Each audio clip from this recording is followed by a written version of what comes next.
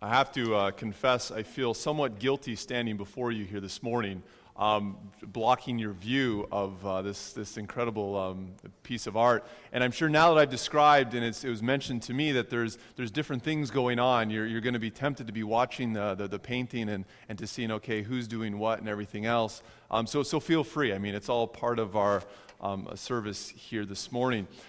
But I'm sure we've all had the experience where we've had different encounters in our life that have caused us to pause and reflect, perhaps changed our perspective on something, perhaps given us new insight into another area, or perhaps has just reinforced a truth that we have hold on to. And these encounters happen, perhaps it's in the circumstances or the situations that we find ourselves in, or perhaps in different people and in conversations that they have with us. And as I was reflecting upon this past week, I was reminded of just the impact that various encounters have had upon my life.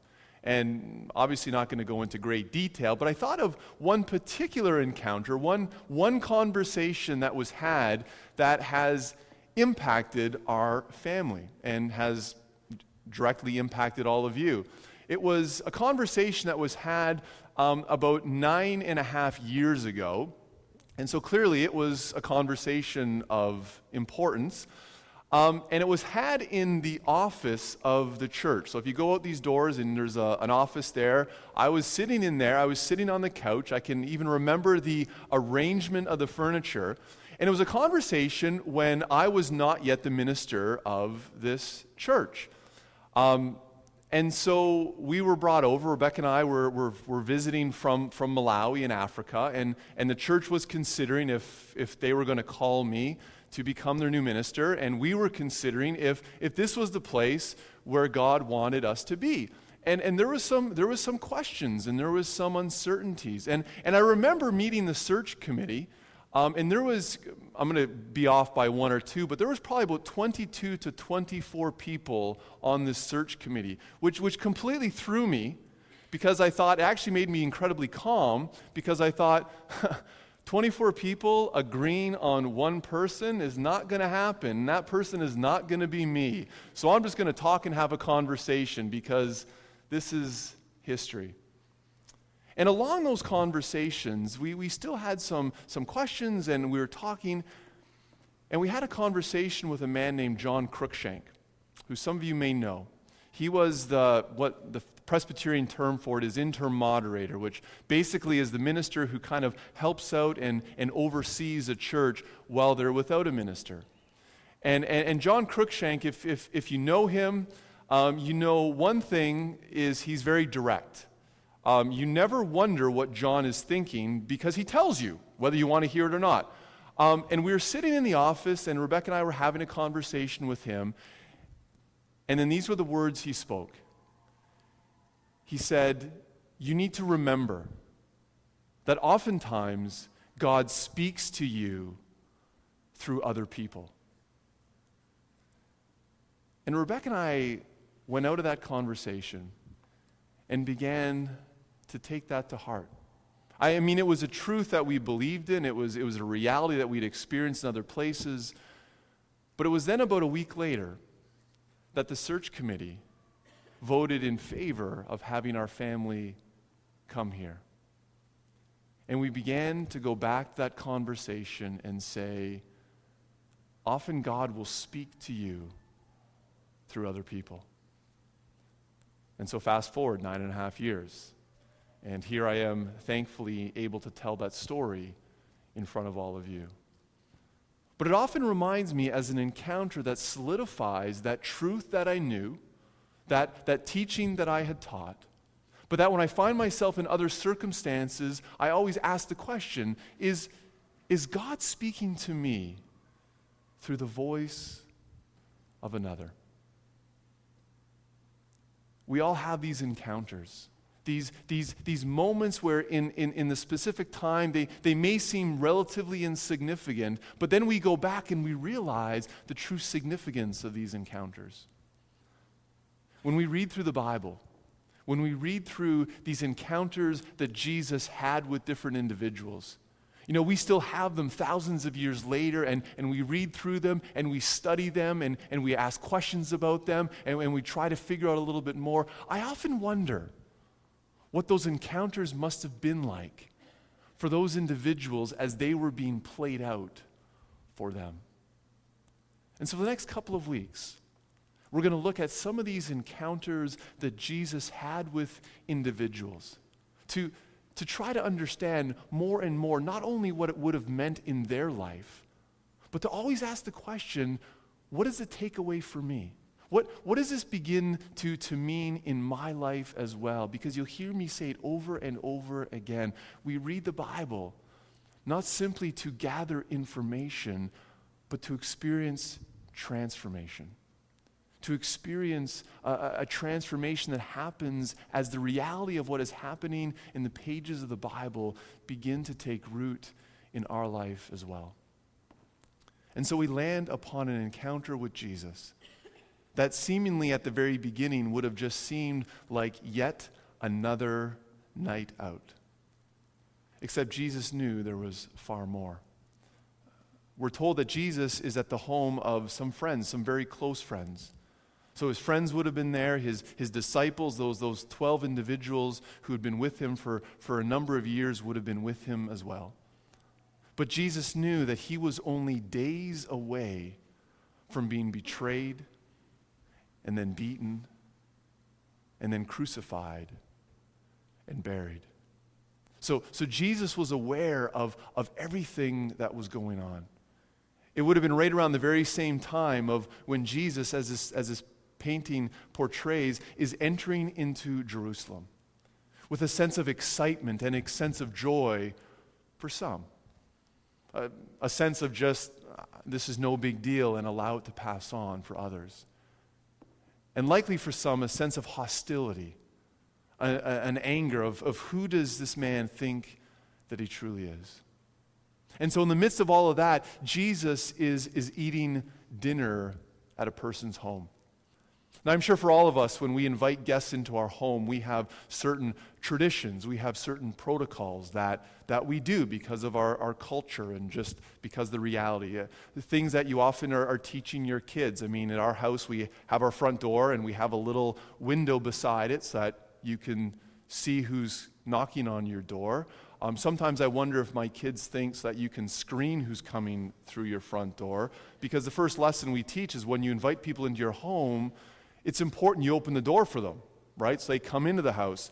And then the next step is, you offer to take their coat and you hang it up, because it's kind of awkward when you walk into someone's house and you take off your winter coat and they don't make a move for it, right? And you're like, well, do I just drop it on a chair? Do I leave it on the floor? Do I put it on? So we say take their coat and we hang it up, and then we invite them into the house and you offer them a drink, right? Pretty standard protocol at Casa Sherbino, right? It's nothing earth-shattering here.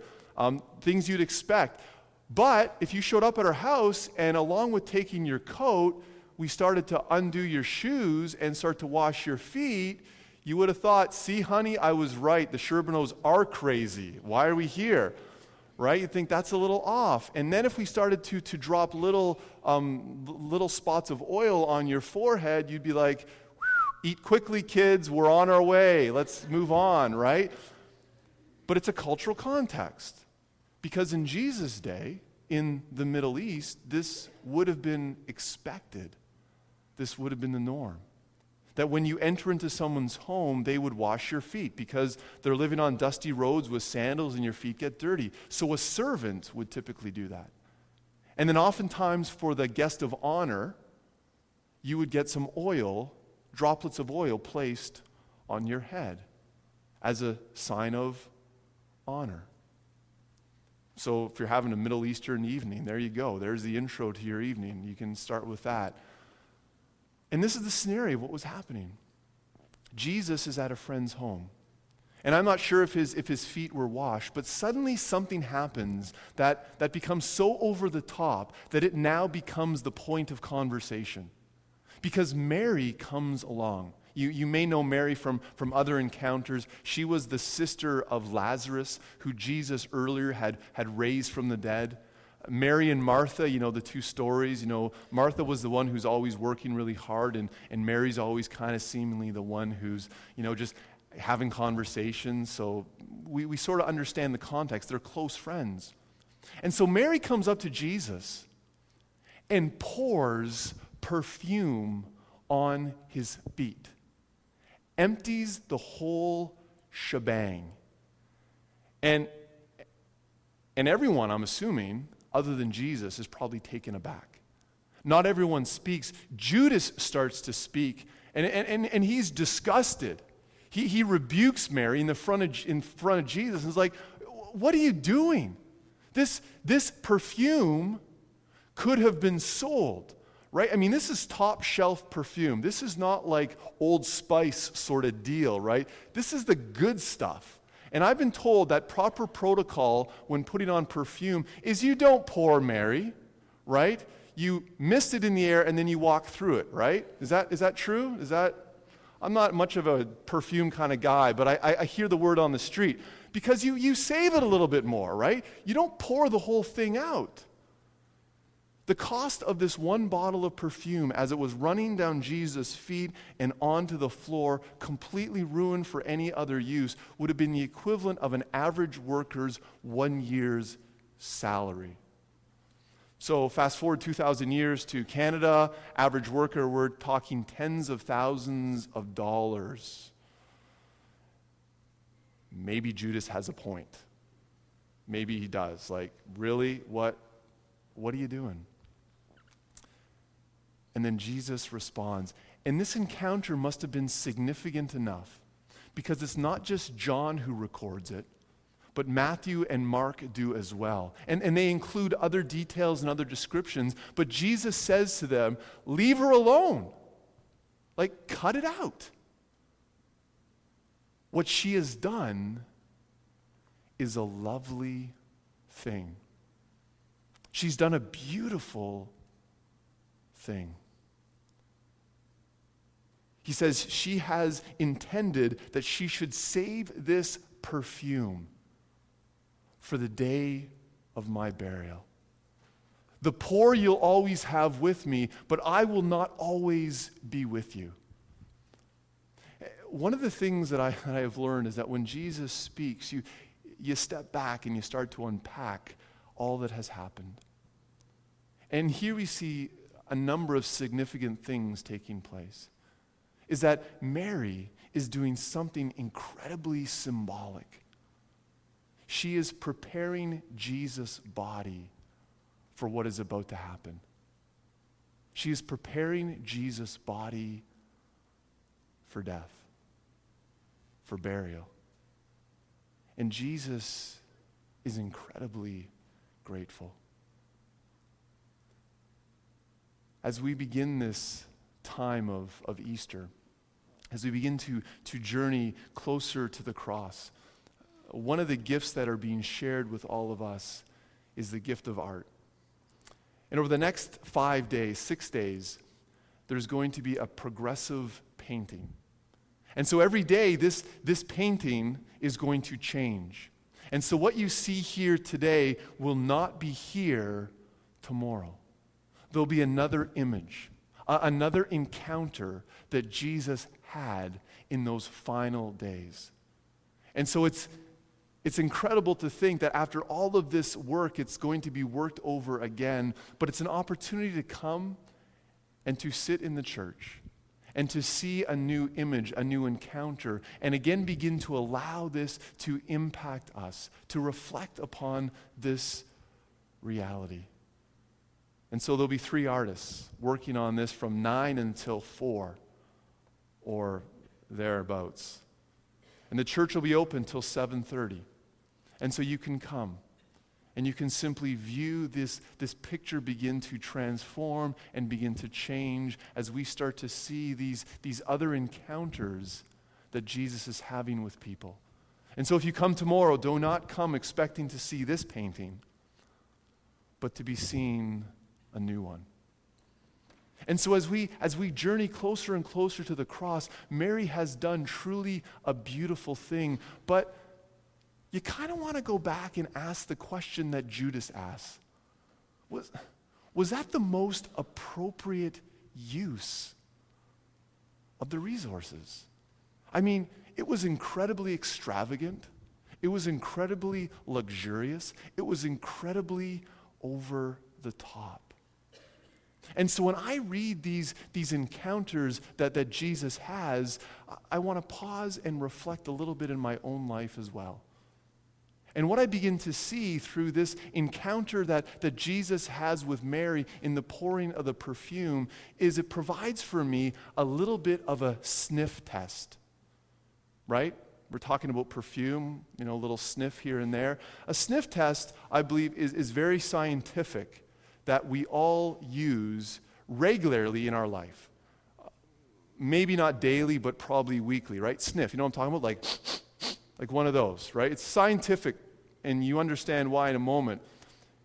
We need the sniff test because appearances can be deceiving. You can see something from afar, and it can seem as if everything is okay.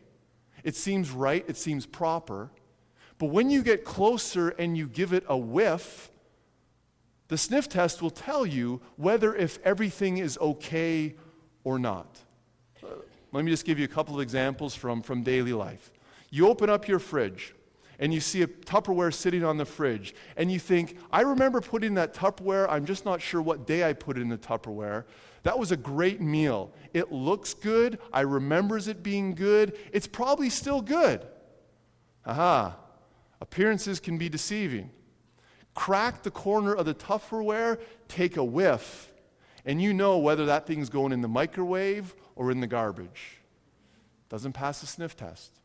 Or, some of you may have the occasion where you walk into a room and you notice an article of clothing that is not hung up where it should be. Maybe it's your article of clothing, maybe it's your children's article of clothing. Let's not get confused with the details here, people. You see it slunk over the back of a chair, or in some cases lying on the floor, and so it's not wrinkled. There is no visible stains or dirt on it. And so you think, oh, this is probably wearable again. But as you go to reach for the article of clothing, you think, is it wearable or is it washable? And so what you do, I've learned to realize that if I ever ask the question, is it wearable or washable, just put the thing in the wash. It's not worth the sniff test. Because you pick the thing up and you give it and you're like, yeah, washable. Appearances can be deceiving. Because oftentimes things may look really good. Things may look okay from a distance. Things may look fine to others, but you know what is going on in your own life. It's a lot to talk about our relationship with Jesus. And it's a lot to talk about, our devotion to Him and our desire to serve Him. And appearances may look all good, but passages like this are a sniff test for me to begin to reveal if this is truly a reality in my life, or perhaps I need to reflect, or perhaps I need to reconsider. Because when I read an encounter like this, of extravagance, of just an incredible gift that's been given to Jesus, or when I see other people in their lives give extravagantly to the work of Jesus, this is a sniff test for me as to whether or not things are right in my relationship with God. Is what is my response? Am I like Judas, very critical?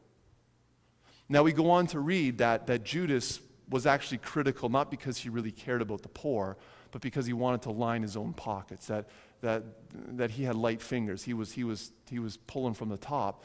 But I'm not saying it's that.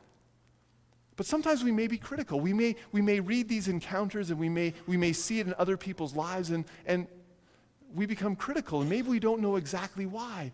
And perhaps it's a sniff test for us to take a step back and to say, am I feeling a push of conviction in a certain direction? Or perhaps when I read an encounter like this, am I just simply unmoved? I just simply go on to the next passage, or I just simply go on to whatever else was happening in my day, unmoved by this encounter.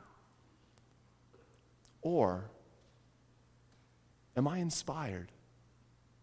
Am I willing to take a step back and to consider what this encounter that Mary has with Jesus, how it could begin to become a reality in my life? Do I give extravagantly back to God? Do I consider some of the things in my life that would be the luxury items at God's disposal if He so chooses to use them? You see, Jesus makes a rather interesting comment. He says, the poor you will always have with you. And some could be dismissive of that and think, well, why would Jesus say such a thing? Like, is he slagging the poor? Absolutely not, because when you see all the other teachings of Jesus, you realize of just how concerned Jesus is for the poor, for the marginalized, for those who are vulnerable. Jesus is actually pulling this quote out of the Old Testament, written thousands of years earlier in the book of Deuteronomy. When God is establishing His nation, the nation of Israel, what God does is, as He's bringing them into the promised land, into the land of Canaan, He's saying, here are some guiding principles to help you go forward in my ways. And one of the key guiding principles was that of generosity. And so God laid out for them some practical steps, some regular giving, as you could classify it, as a means of how they were to live together as a community. But in addition to that, God says, make sure that when you give, you do not do so grudgingly, but that you do so with a sense of gratitude and grace. Fast forward to this encounter, and I begin to realize that so often what Jesus may ask of us is, in addition to regular giving, which is absolutely necessary, absolutely important, which I'm sure Mary was doing. She was probably giving to the poor on a regular basis. But are we willing to consider those luxury items, those items that we may have stored up in our own lives? Because sometimes we may give a portion to the church, or give a portion to the God, and we say, well, I've done my due, right? Everything else is mine to use, right? And this story messes with my mind, because it seems as if there are opportunities, there are moments where we may want to go above and beyond a regular gift. Now we read this story and think, okay, well, Joel, okay, fair enough, you've got me so far, or you may be disagreeing with me, but how does this work out practically? Because Mary had Jesus in front of her. Like, I can't pour perfume over Jesus right now. Absolutely. But if you read another place in Matthew, Jesus says, whenever you do it to the least of these, you do it unto me. And so whenever we do something extravagant, something luxurious to someone who is one of the least of these, Jesus is saying, it's like Mary pouring the perfume over my feet. When we were living in Malawi, one of the responsibilities, one of the opportunities we had were in hosting groups from Canada to Malawi. And oftentimes what we'd do is we'd take them from place to place, show them the various ministries that the church was involved in because of their regular giving through Presbyterian World Service and Development, through Presbyterian Sharing, through various gifts, regular giving. And so we'd go around and we'd show them these locations. And it was very inspiring, it was very helpful, very necessary. I mean, the work of the church in Malawi cannot happen without regular giving and contribution. But we had one particular group that we knew a little better than others, and there was a group about 7 or 8, and they were coming over to Malawi, and in addition to this, a great idea was put forward. It was by someone else. That's why I'm not telling you who it was. But it was a great idea. It was Rebecca's idea. It wasn't my idea. She's not here today, so I'll give her credit for this one, because she would have called me out on it if she was here anyways. But it was the idea of, what if we spent some time taking the kids from one of the community-based orphan care centers, kids that would be vulnerable, you can't get more on the margins of society than the children in these places. What if we spent a day taking them on safari to a game park?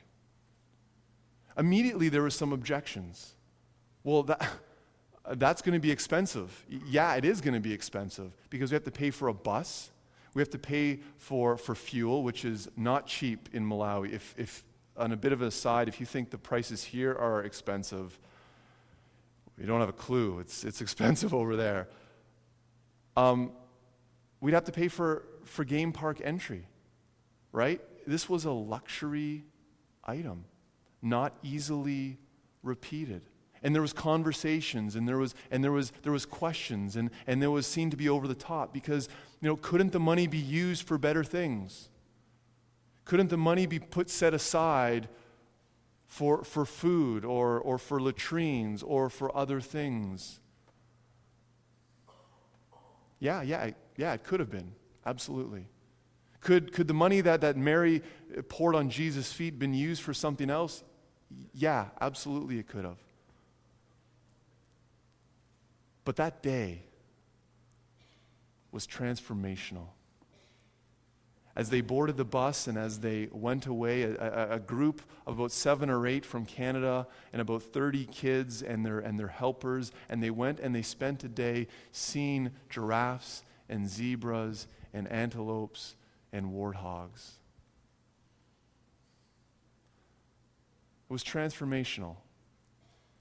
Not only for the Canadians who went, but for these children who received.